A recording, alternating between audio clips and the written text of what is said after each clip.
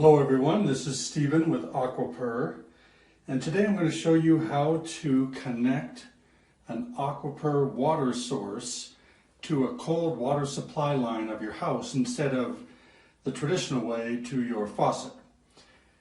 And what I'm going to show you is how to do it for the toilet cold water supply, but it'd be very similar to plumbing it to your faucet as well. Same kind of plumbing, same part. What we're going to be doing is installing what's called an angle stop valve. This one happens to be made by John Guest. I sell these on the website. I think they're $9. Basically, this is going to go in line. It's going to let the water flow through here. This little valve controls whether or not the water is coming out this 1/4 inch supply line that we send up to the AquaPurr. So we're going to be installing this right here on this toilet water supply line. So the very first thing we want to do, logically enough, we're going to turn off this water. And this is just a 1/4 turn valve. It may be a gate valve on yours. You may have to thread it several times, but I think this 1/4 turn valve is probably the more common. And the very first thing we want to do after that is empty the water out of this tank, because of course if we remove this tube, which is what we need to do to install this valve, all the water from the tank is going to come out. So we're going to empty this tank.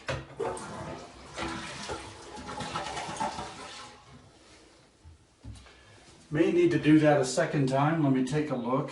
Yep, there's still some water in there. All right, so that's most of it. We're still going to get some more water. And for that, I would recommend an old towel. We're installing this fitting between the cold water shutoff valve here and this supply line that goes up to the tank.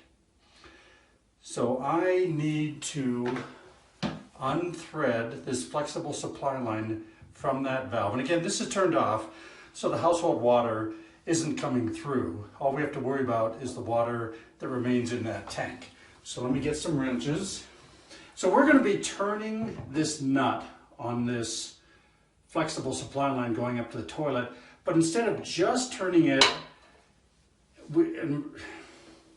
what we don't want to do is put all the stress on this copper pipe when we're turning that. So it would be nice, so it's going to be nice to hold this valve steady while we undo this nut. And of course, looking down on it from the top, I just turned that counterclockwise, and now this is loose. And as soon as you loosen it, you can expect some water to come out. Let's see how we're doing. Now I'm doing this by hand, but it's not real easy. You might want to use a wrench most of the way. In fact, it got a little bit tougher going here, so I'm using the wrench myself. So I don't know if water is going to come out of there or not, but let's get ready.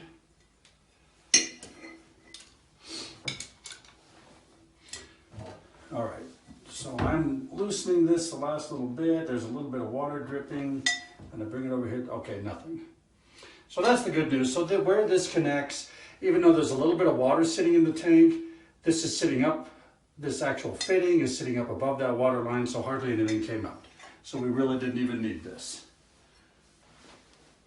All right, so now that we have the flexible supply line up to the toilet tank removed, we're going to install this valve. And I've actually been tinkering with it a couple of different ways. I think the best bet is to put it on the shutoff valve first. And the reason for that is you can spin the entire body. And then after that, we're going to put the flexible supply line onto the valve, because this piece here rotates, not easily, but it does turn, and that's why it turns, is so that you can thread it onto that valve. So let's do that now. This part's pretty straightforward. Just take your time and try to get a feel for the threads going on there. Easier said than done. All right, there we go. It's pretty obvious when the threads are going right. They're very smooth. And you don't want to put all of your energy into tightening that down, but you also want to get it just a little bit firm. So let's go ahead, and I've done it finger tight. I'm going to give it just a little bit more.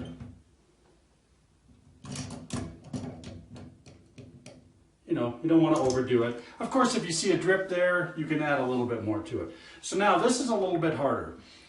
We don't have a lot of room with this supply line, and it's flexible, but not tremendously, but we need to get it onto the top here and get the threads correct. That's the real challenge. Make sure the threads go on nice and straight.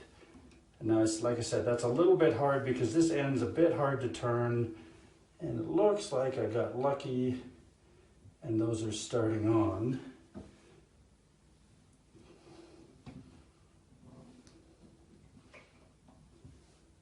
Or maybe not.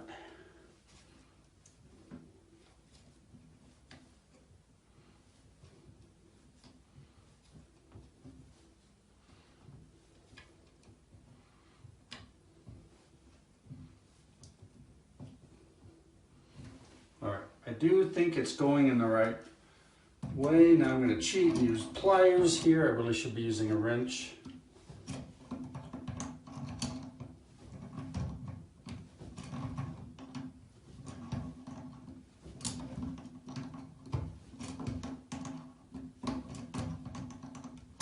You'll know if you got these cross-threaded, or this cross-threaded onto the threads of this T-valve, if they don't line up. I mean, you can just tell if it's crooked or not.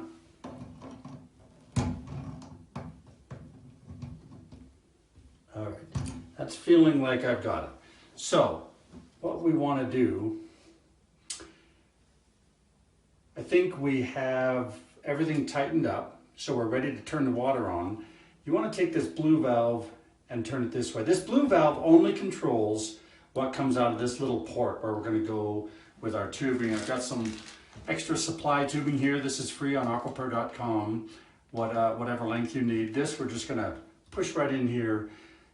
It's this valve that controls that. This valve doesn't have anything to do with the water coming up to the toilet tank in this case. So what we want to do before we turn the water on is turn the water off to this T. So in this position, the blue handle is not letting water come out there. So I'm going to slowly turn on the supply to the toilet. And the good news is I can hear it flowing into here. It's filling up the tank, and I don't see any leaks. I'm going to slide this brass plate back there to look pretty. And we should be good to go for the next step. So the next step of the installation is to take your extra supply tube, and I've got way too much here. I'm actually going to go right onto the bathtub ledge here with my AquaPurr, but just for demonstration purposes, we'll use this 6 feet of tubing. Take one end of that tubing, obviously, and just push it in. You know how to do this with your AquaPurr already. All right, so there it is installed. And then we'll pick up, I'll put the AquaPurr right here and plug in this supply tubing.